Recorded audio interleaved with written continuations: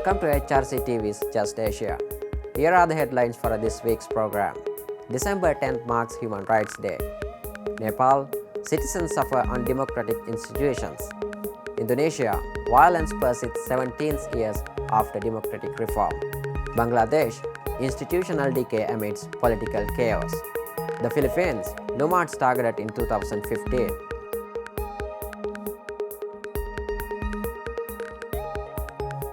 Welcome to Just Asia. I am Amila Sampath. December 10th marks Human Rights Day.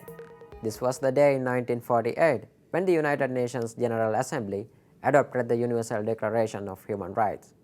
The theme of this particular year's Human Rights Day is Our Rights, Our Freedoms, Always, with a particular focus on freedom of speech, freedom of worship, freedom from want, and freedom from fear. It aims to raise awareness about the International Covenant on Economic, Social, and Cultural Rights and the International Covenant on Civil and Political Rights, which were adopted in 1966 and together with the Declarations of Human Rights, form the International Bill of Rights, which are the birthrights of all human beings in the world. Despite decades of campaigning since these declarations were adopted, these universal rights are far from reality for millions of people around the world, perhaps nowhere more so than in Asia. Despite recent progress in some of countries due to political changes such as Burma and Sri Lanka, the possibility of enjoyment of these rights is shrinking rapidly. Press freedom and freedom of expression has seen dramatic worsening, for example in Thailand, India and China, whereas in Bangladesh and Pakistan, it is more dangerous to be a human rights defender today than in any decade since the birth of these nations. Just Asia spoke with a number of human rights defenders, both within the Asian Human Rights Commission and elsewhere in Asia, to find out their primary concern on this momentous day.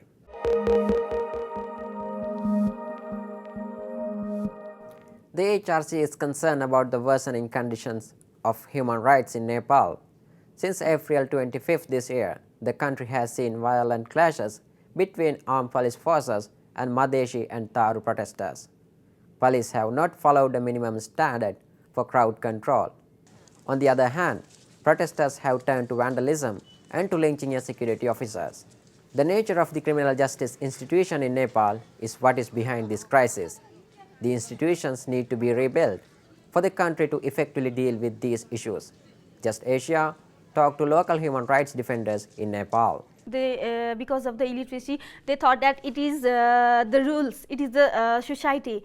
If someone or if our husband is beating us, then it has happened normally, so it is acceptable for us. That's why that may be the main cause that they accepted the violence. The number of incidents of torture is ongoing. Basically, in the field of criminal justice system, there are many kind of tortures in the custodial tortures. Major incident of custodial torture in Nepal. There are hundreds of thousands of tortures were done in the time of conflict. The torture incident is decreasing than the conflict, but the pattern of torture is not different than the conflict. So that's the serious issues. And major the criminal justice systems, there are many thousands of tortures, and there are many kind of miscarriages of justice due to the torture as well.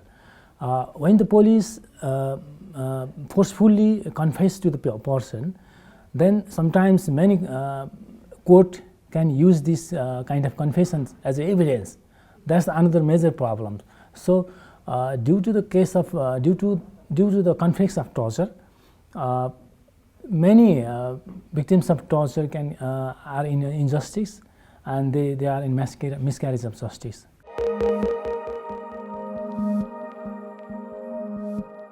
The program next turns to Indonesia, which is a country where various human rights violations still prevail, despite 17 years having passed since the end of the Soeharto's regime. Torture, land grabbing, impunity of past human rights abuses, fabricated cases, and unfair trial are some of the injustice. Several laws and regulations are not in line with the principles of human rights. Victims do not receive remedy, for a perpetrator remain unpunished for serious crimes. Just Asia interviews Indonesian human rights lawyer Tharu. 1 year under President Widodo administration, Indonesia still faces serious problems.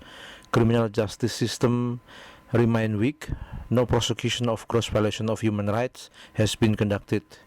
Moreover, under President Widodo, Indonesia also faces serious problems, namely weakening of the Corruption Eradication Commission or KPK. The parliament will revise the anti-criminal law and weakening its mandate. Furthermore, in the case of Mr. Novel Baswedan, a senior investigator of the Corruption Eradication Commission, the police insist to prosecute him although the evidence does not strong enough. The Novel case was reopened after KPK named Commissaris General Budi Gunawan, Deputy Police Chief, as a suspect of graft. The police charged Novel for allegedly causing suspect thieves to be shot when he served as police chief detective in Bengkulu Police Resort in 2004. Novel has been alleged to be responsible for the shooting conducted by his subordinate.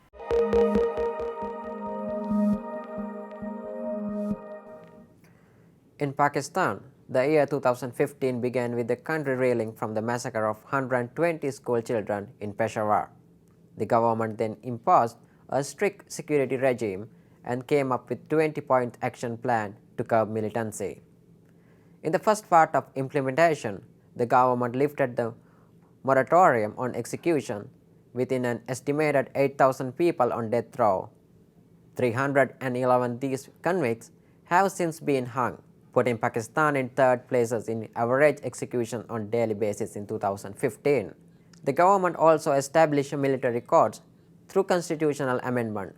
The courts are given wide powers to hold in-camera proceeding and set aside due to process and fair trial. Law enforcement agencies have been given unlimited powers, including shot at sight, keeping suspects for 19 days without producing them before the courts. In 2015, over 1,500 persons have been killed due to law enforcement agencies being given extrajudicial power and enforced disappearances continued. To learn more, Just Asia speak with Pakistan expert Basir Navid. The year 2015 was the worst in the form of human rights violations. The government has not improved any kind of law or the situation to have the improvement in the human rights. But rather on the other side, actually the military is running the whole affairs of the government. Military has been given the power to have military courts through the parliament, and it was given under the constitutional amendment. And also that government has given powers to the law enforcement agencies to have that shoot at sight, that power of shoot at sight to any suspect, or keeping the person for 90 days in their detention without producing the suspect in the courts. All these powers have actually were made the situation very worse. Now more than 1,500 persons have been executed, extrajudicially killed, sorry, not executed, extrajudicially killed in the encounters. And more than 300 persons, till now 311 persons are executed during this year. So country has become a kind of executions, that every day now if you count, every day one person is hanged. And this is the situation where there is no remedy. The courts have been deprived of their rights to review the decisions of the military courts. So this is going on, and it looks that law enforcement agencies have got impunity by the constitution and by the law. So the coming years, we are afraid that those years would be very difficult for the people of Pakistan. On the one side, we say that there is civilian government, parliament, judiciary is independent, executives are working according to the law, but actually the military is running the country.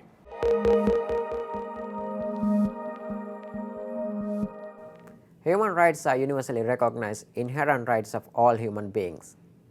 Rights that are enshrined in the international treaties or constitution of states must be realized in the daily life of individual human beings.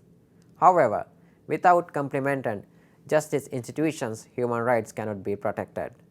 Just Asia interviews Mohammad Ashraful Zaman about the status of justice institution in Bangladesh.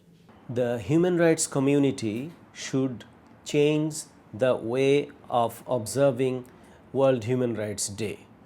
It is not only the day that we celebrate and talk about rights and international norms or Universal Declaration of Human Rights and then go home, sleep comfortably.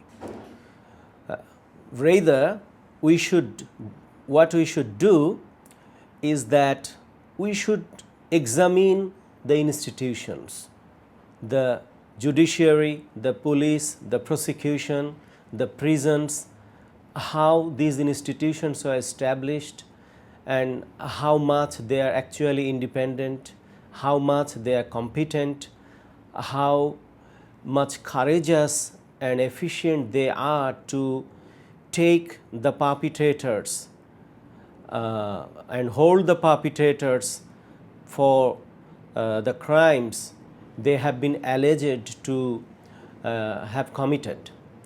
So from those perspectives, the examinations has to be done in terms of each of these institutions, because unless a country has an institution, whatever is written in the international human rights norms or in the constitution of any given country, the rights of the people will never be realized and their dignity as human being will never be protected.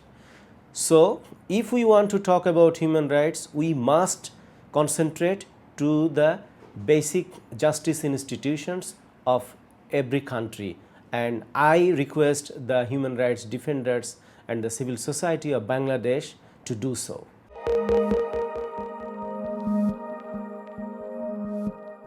Just Asia next turns to the Philippines.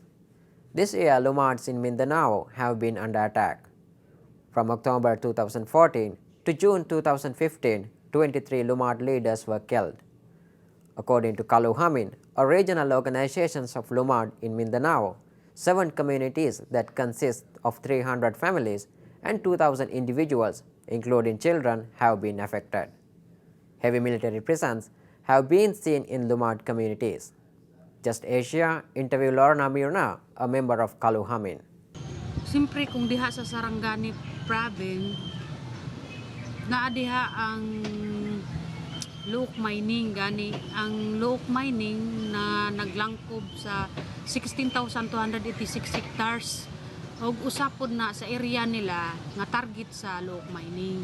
Nya ang isa sa kuan nila kung naang siyempre kung naang mga dinagkong pagmina, naang presensya sa militar. Siyempre isip mga lumad,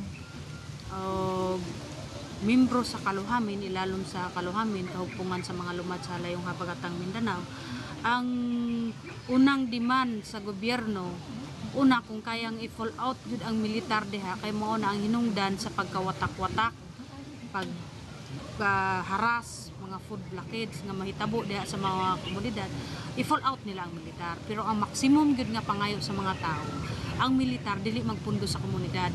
Kay anytime nga magsulong ang ilang kaaway, maapil ang mga sibilyan, maapil gyud ang katawang lumad.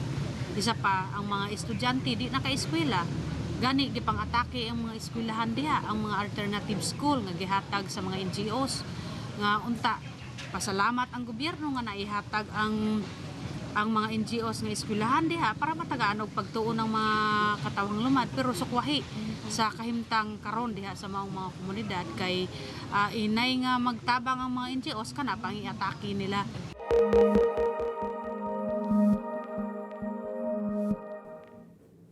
Finally, Just Asia interviews the Asian Human Rights Commission's Executive Director, Bijoy Francis, and the Asian Human Rights Commission's Director for Policy and Programs, Basil Fernando, to take their message on changes needed in Asia. December 10 is internationally celebrated as the Human Rights Day. This year, the UN has declared that December 10 will kickstart a one-year-long celebration of the 50th anniversary of two important international conventions, which is the Covenant on Civil and Political Rights and the Covenant on Economic, Social and Cultural Rights. Now, when it comes to Asia, the rights guaranteed under the convention have so far remained in paper as guarantees that remained in paper for Asian people. Now, one of the important reasons why it has remained so is because Asia's justice institutions are not equipped or geared to guarantee human rights. Now, if we come to one of the prominent components or one of the important components of the justice institution, which is the police. Police in Asia is considered to be one of the important or one of the prominent violators of human rights. In paper, it is considered to be or it is expected to be the guarantor of safety of people, person and property, whereas in reality, police is the abuser of personal safety and police is used to snatch people from the snatch property away from the people arbitrarily. The same applies to the judiciary. Now, judiciary is supposed to be an independent body which has the power and the mandate, therefore, to intervene in cases or instances or in all instances where a person's human rights has been violated. But unfortunately, in the Asian context, where the judiciary is plagued with so many problems, including delay, corruption, lack of independence and so on, judiciary is not, the people do not expect their judiciary, expect their judges to be the guarantor of human rights by any means or to be the arbiter between the state's misuse of authority and the rights guaranteed under these conventions. So, while we celebrate the 50th anniversary of these two important conventions, which is brought across rights in principle and in theory to the people, it is equally important to discuss about how much and how far institutions in Asia, justice institutions in Asia, more particularly police, prosecution and judiciary in Asia, have contributed or is geared to guarantee these rights. As long as we do not get engaged in a debate and correct the problems which are appalling at the moment concerning three important state institutions, the police, the prosecution and the judiciary, however much we celebrate the rights guaranteed under two important conventions like this and many other UN conventions, all these rights and celebrations will only remain in paper until and unless Asia has or Asian states take their initiative to restructure, to redefine, to recalibrate justice institutions in Asian states. None of these rights, however many December 10s come and go, will still remain in paper. So what is important while we discuss about or while we celebrate an international human rights event like December 10 is that it is also occasion for all of us, civil society in particular, to think about how much and how far justice institutions in our countries are geared, are prepared and are allowed to guarantee these rights. As long as we don't engage in that debate, December 10 will come and go, but nothing will change for the people of Asia.